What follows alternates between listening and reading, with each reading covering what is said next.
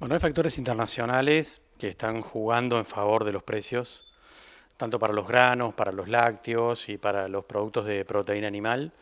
Hoy rescatamos aquí en la conferencia que hace 2 semanas la FAO, un organismo de Naciones Unidas, emitió un informe preocupante para ellos en realidad, expresando que por una complejidad, digamos, por una combinación de factores climáticos y problemas sanitarios, desde hace varios meses, en realidad casi desde que empezó el año, están subiendo los precios de las materias primas y los alimentos a nivel internacional.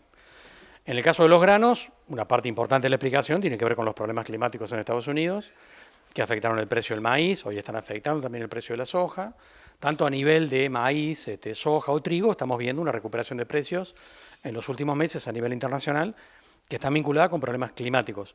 No solo en Estados Unidos, sino en otras regiones del mundo, Oceanía, por ejemplo, donde la sequía también está explicando parte de por qué subió el precio de la leche en polvo, que fue lo que hizo que mejorara el precio para los productores aquí en la Argentina también. Porque en realidad el mercado interno de lácteos en la Argentina venía muy deprimido y de repente el precio internacional de la leche en polvo mejoró casi $500 y entonces las empresas se largaron a exportar y había subido porque en Oceanía los problemas climáticos han sido severos. Hay también un impacto importante para mirar en los próximos meses a nivel internacional que tiene que ver con lo que yo ya denomino un shock del mercado mundial de proteína animal, que tiene que ver en su base con la peste porcina, que está afectando no solo a China, sino a otros países del sudeste asiático, a casi 50 países en el mundo, y que va a ir en cadena encarajinando los precios el precio de los pollos, el precio de los porcinos, el precio de la carne vacuna. Todo eso va a una tendencia de mejoramiento de precios, que por supuesto juega a favor de los productores agropecuarios argentinos en términos generales, digamos. ¿Están competitivos los sectores? Lo que pasa es que los precios internacionales venían muy deprimidos. Si vos me decís, el precio de la leche en polvo estaba en $2.800, pasó a 3.300. ¿Es muy bueno 3.300? Bueno, tampoco es tan bueno, pero 2.800 era flojo. Y en realidad, una soja debajo de $300 que le hemos visto en Chicago era un precio muy bajo, realmente, y hemos visto un proceso de recuperación parcial que nos está generando el mercado internacional. Ahora, mirando a la Argentina, por supuesto, alguien dirá, bueno, este tipo de cambio es competitivo. Es competitivo, en realidad, menos competitivo que el que teníamos en octubre, porque si vos me decís, en octubre el dólar valía 44 pesos y ahora vale 44 pesos, vale lo mismo. No, pero la inflación se lo fue comiendo en el medio, o sea que el tipo de cambio real, como lo llamamos, es menor hoy que en octubre del año pasado, y esa no es una buena noticia para quien esté jugando el negocio de la exportación. Lo que pasa es que el gobierno argentino está jugado, completamente jugado, en términos electorales. Su objetivo central es descomprimir la inflación, y para descomprimir la inflación, una pieza clave es evitar una escapada del dólar. Y por lo tanto está poniendo todas las fichas para que el dólar se mantenga relativamente estable. Hemos visto algunas economías regionales en donde se está dando una gran concentración, ¿no? Han desaparecido muchos tambos, pero no baja tanto la producción de leche. ¿Cómo observa usted esta situación de las economías regionales? Bueno, vos mencionaste el caso de los lácteos. En el caso de los lácteos hemos visto un proceso de depuración a nivel de productores, y yo te diría que en toda la cadena de valor, pensemos que empresas como Sancor ya no existen tampoco, en realidad los últimos 3 años han sido muy duros para el sector. Hoy estamos viendo una foto más agradable que en general básicamente está vinculada a una mejora del precio internacional. Ojalá que no baje el precio internacional. Yo creo que no va a ocurrir, y por supuesto que también hay en ese contexto un problema de oferta y un proceso de concentración, claramente un proceso de concentración, que a esta altura del partido es casi inevitable mirando también hacia el futuro, ¿no? Una empresa como Manfrey, por ejemplo, esta semana pasada anunció que va a asociar a sus productores en un megatambo. Digo, esto también es parte del debate de cómo tener eficiencia con la escala y la tecnología adecuada. ¿Cómo ve el escenario postelectoral? ¿Qué pasa con el país, con la economía? Depende de quién gane. Bueno, la mayor parte de la gente piensa que el país es imprevisible, que no se sabe lo que va a pasar. Yo digo, el margen de maniobra del próximo gobierno no es tan grande, gane quien gane. O sea que yo digo, hay ciertas cosas que inevitablemente van a ocurrir.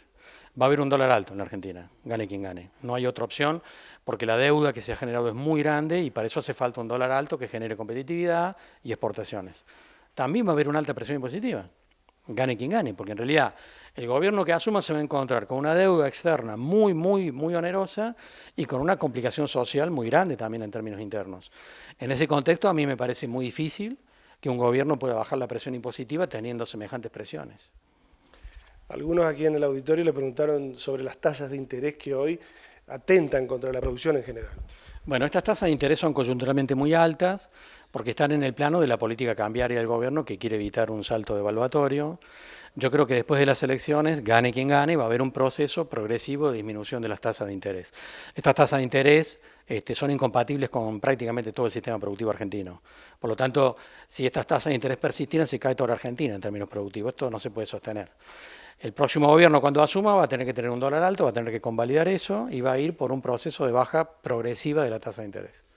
El tema de la recesión que lo planteó fuertemente en la charla, digamos que es uno de los principales problemas que se visualiza que tenemos y que va a ser muy difícil salir. ¿Cuál es el escenario posible? Yo creo que ya estamos en el piso de la recesión. Creo que la economía argentina deja de caer entre junio y julio y empieza un proceso de recuperación. Pero la recesión ha sido tan profunda, tan complicada, que ese proceso de recuperación va a ser menos eufórico de lo que quisiéramos ver. Va a ser realmente débil, muy progresivo. Recién el año que viene la economía argentina va a empezar a mostrar algunos números positivos en términos de nivel de actividad económica, pero tampoco crecimiento del 6, 7, 5, 4%. La economía argentina el año que viene puede estar creciendo entre el 1 y el 2% anual. Hablaba también de lo que le ha pedido el Fondo Monetario Internacional al gobierno, que se está cumpliendo. Hay algunos puntos que quedan a futuro, como la reforma laboral, la reforma previsional. ¿Qué nos puede decir al respecto? Bueno, en el acuerdo con el Fondo Monetario Internacional, el gobierno argentino se comprometió a equilibrar las cuentas fiscales, a equilibrar las cuentas comerciales, lo cual ya se ha hecho, pero se comprometió a llevar adelante reformas estructurales después de las elecciones, entre las cuales se destacan la reforma laboral y la reforma previsional. Ahí está parte de la explicación de por qué algún segmento del mercado ha visto con buenos ojos la designación de Pichetto como vicepresidente de Macri, porque efectivamente Pichetto es un articulador dentro del Congreso. Para poder avanzar en un proyecto de reforma laboral o de reforma del sistema previsional, hace falta un consenso a nivel del Congreso de la Nación que obviamente no va a ser fácil de conseguir. Usted al principio de la nota hablaba del escenario postelectoral. Obviamente tenemos dos posturas bien marcadas, que es el oficialismo, la oposición. Usted dijo que habla de un tipo de dólar, de un tipo de cambio alto. ¿Cómo sería con un gobierno y con otro? Bueno, en realidad la diferencia, los dos van a tener que tener un dólar alto. El tema es que puede haber un sistema cambiario distinto. En el caso de que el presidente siga siendo Macri, va a seguir habiendo un sistema de flotación cambiaria, como el que vemos ahora. Y en el caso de que gane la oposición, básicamente la fórmula de Cristina Fernández, en realidad lo más probable es que vayamos a un sistema de control de cambios, nuevamente a un cepo cambiario. No es porque lo diga yo, lo dijo Axel Kicillof hace un mes en Washington.